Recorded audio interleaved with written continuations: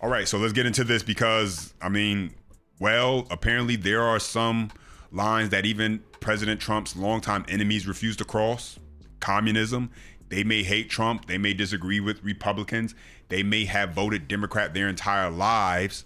But when they hear candidates dismiss communist influence inside the so-called democratic socialist movement as Republican noise, they're saying enough is enough. And so now you have lifelong Democrats, from former senators like Joe Manchin to Democrat strategist James Carville, that are turning their back on their own party after decades of support.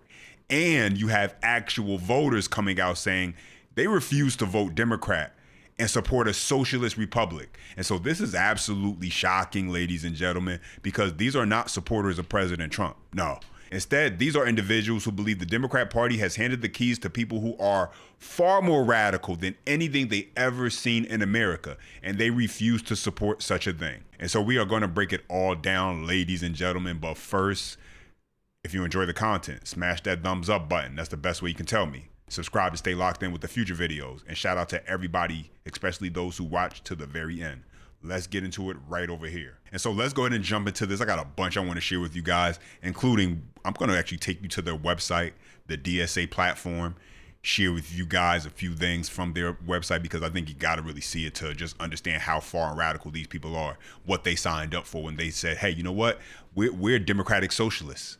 We're dues paying members of this. And now you have some of these candidates like Abdul El Sayed out of Michigan running for the Michigan Senate seat, trying to walk back some of those far left radical things because Michigan is a purple state that's a toss up. And even though he's been on the campaign trail with lunatics like Hassan Piker, same thing with Francesca Hong. She's out here, key candidate in Wisconsin's gubernatorial primary. She's doing the same thing, campaigning with Hassan Piker. And so we're going to get into all of that, including the DSA platform, so you guys really see what's going on, really see what these people stand for. But first, let's jump into this, because you have Democrats, long-time, lifelong Clinton 90s Democrats they're out on this, such as James Carville. James Carville, a Democratic strategist, he's saying, I'm not going to be in the same party with the Hassan Piker. I can tell you that right now. So I want you to take a listen to this, because you have those who are turning their back on the Democrat Party because of how far they've gone. Take a listen. So where should Democrats draw the line on this stuff? Whatever Scott Galloway says, I believe it. I think that he's one of the smartest, most cogent, brilliant analysts there is. And I'm not sure what to understand what Madame is doing, but to talk about the larger Democratic Party post the election in Michigan going forward, I am not going to be in the same party with Hassan Piker. I can tell you that right now. If he becomes a force in the Democratic Party, I'm out of here. I have no intention of ever being in the same political party with that guy. Now, I think that a majority, overwhelming majority of Democrats agree with me. But this idea that we're going to seize the means of production and just go look at the DSA platform. You don't have to look any further than that. And, Jackie, it may be that the two-party system is just going to be under tremendous stress here in the coming months. I mean, you see it in with Tucker and Martin Taylor Greene, and on the Republican side, you see it going on right now.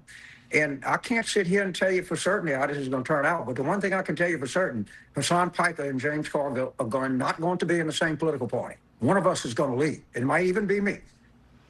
We're going to have to leave it there, James. And I have more I want to ask you about, but we're out of time. And so there's that. And James Carville said it. He said, hey, just go look at their platform if you want to know what they stand for. You have these candidates who are saying they are card-carrying Democrat socialists. They're not even hiding it. Just go look at the platform so you know exactly what they're representing. And that's what I want to do, ladies and gentlemen, because if you haven't seen it, you will now. And so we're not going to go through a lot, but I just want to show you some of the radical things that these people are saying and that they're promoting. And so take a listen to this. Workers deserve more. And so it says, a day without capitalism, our perspective, what we fight for. And so it takes you down this kind of fairy tale imaginary day of, imagine taking a day off from work in a future without capitalism. And so let's start right here. It says, it might not feel as badly needed as it does now. You enjoy your work. It's interesting to you, and you're well trained for it. You work as much as you are able and no more than needed. Listen to that again, ladies and gentlemen. You work as much as you are able and no more than needed. I mean, that contradicts itself. So if you want to work 2, but the job needs you for 8, how does that work? I mean, hey, I guess if you just want to work 2 hours, the boss, the job, they just have to deal with it. They have to figure some other way to make sure they get things taken care of. But let's continue. And you would control your own labor and see it going to good use. It's not just a job to pay the bills. Let's continue. It says, speaking of bills, you don't really have them anymore. Okay, let's see where they're going with this. You have no debt. I mean, of course. That's the only way this socialist utopia could work. Who cares if you wasted your time with a pointless degree? You don't need health insurance.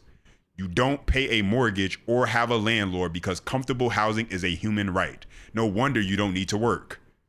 Because you have no mortgage, you have no rent. The housing is just taken care of. Your retirement is publicly funded.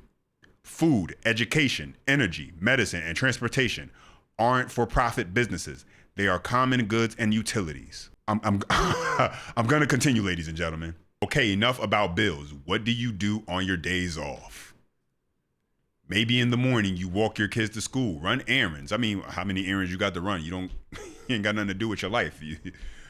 Or go to a doctor's appointment. In the afternoon, you might play a sport, practice a new skill, read, plan a trip. In the evening, you could meet up with friends or family and eat together. Maybe go to a movie or down to the park.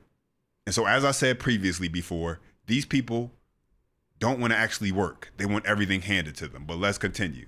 It says, these are familiar everyday activities. A socialist day off could be like any good day now. But what if you were free to spend your time how you like without worrying about cost or dreading going back to work? What if you didn't have to think about paying rent or loans at the end of the month or saving for college or affording groceries? Stay with me here, people. I know. Just please stay with me. And so let's go down. We're gonna skip down a little bit. What we are fighting for. So take a look at this. Thriving working class communities, freedom to flourish, healthcare for all, housing for all, finish Reconstruction, end mass incarceration and police immunity, feminism for all, Green New Deal, working class foreign policy, end the U.S. war machine, free Palestine, end blockades, embargoes, and sanctions, abolish ICE, working class democracy, democracy for all, a real democracy, a democratic Congress, economic democracy, democracy at work. Ladies and gentlemen, and here's the part I'll read off lastly. It's been said that it's easier to imagine the end of the world than it is to imagine the end of capitalism. But just because it isn't easy to imagine now doesn't mean we shouldn't try to make it happen. Yeah, and so this is the DSA's platform.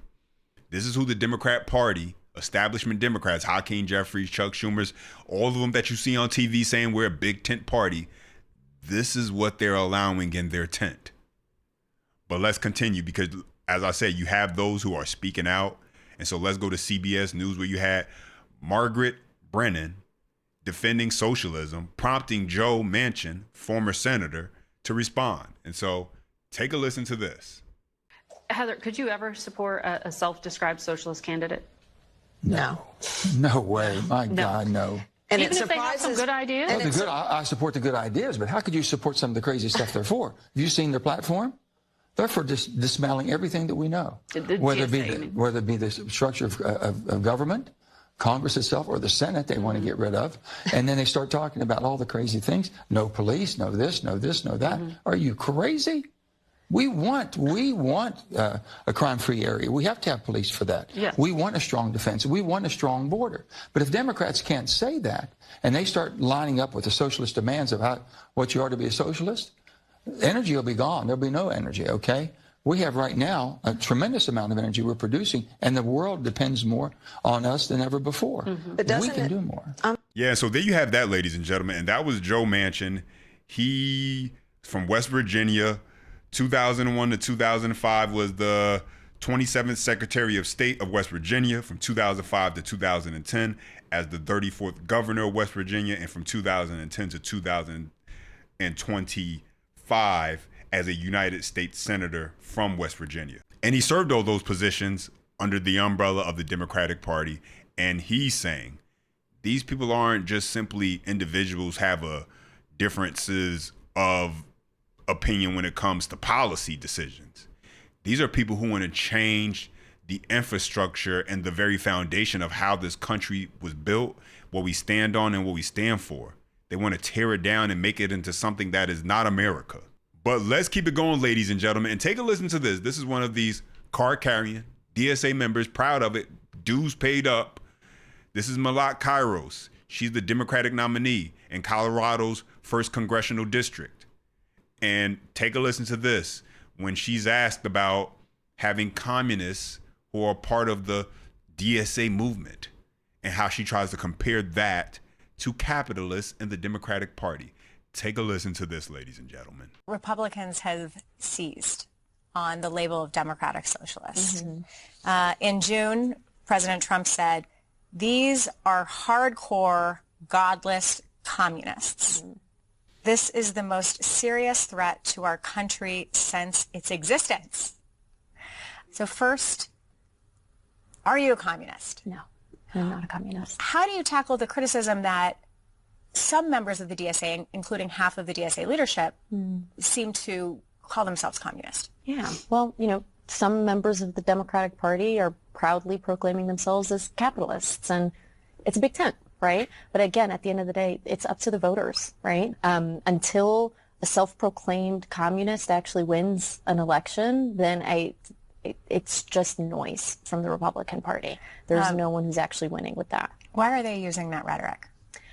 Because I think the Republican Party, and frankly, the oligarchy that largely stands behind the Republican Party, can see that our message of, in its most basic form, economic populism, is actually resonating with voters.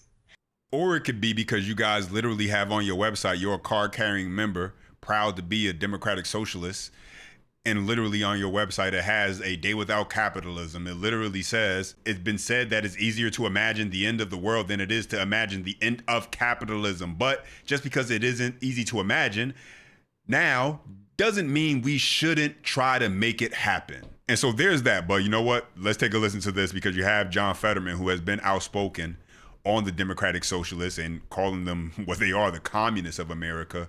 And so I want you to take a listen to this as far as him speaking against this. Take a listen. Senator, you need a Senate to have a Senate filibuster, and there's some of the people in the party at this point, and especially on the DSA side of things, that want to eliminate the Senate. They want to eliminate the Senate. They want to defund ICE. They want to close down prisons. When you see all this happening, do you think that this is it? I hear it's a big tent. When we have mainstream Democrats on, they don't really say that.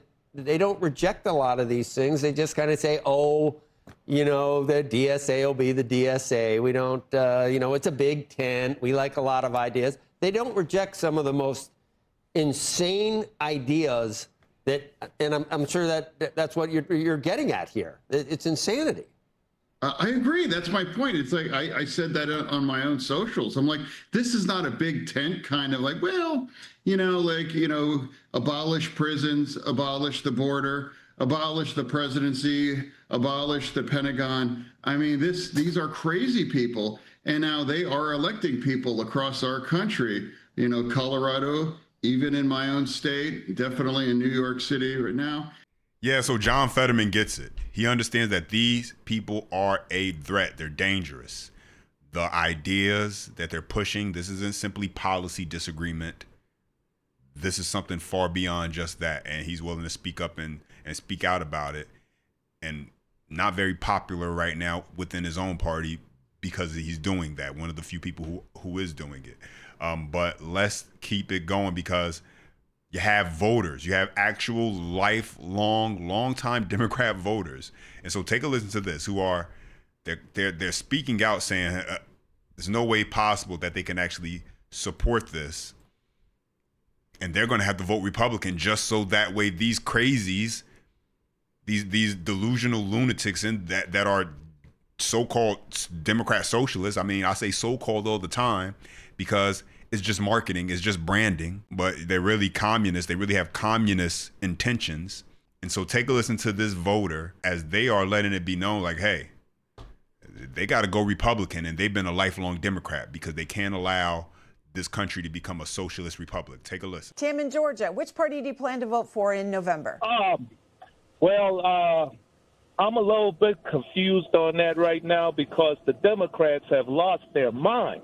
This is insanity what is going on.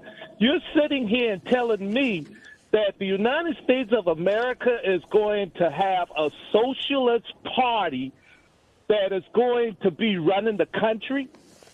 What military? I did 11 years, and as a disabled veteran, I would never join the military and fight for a socialist republic.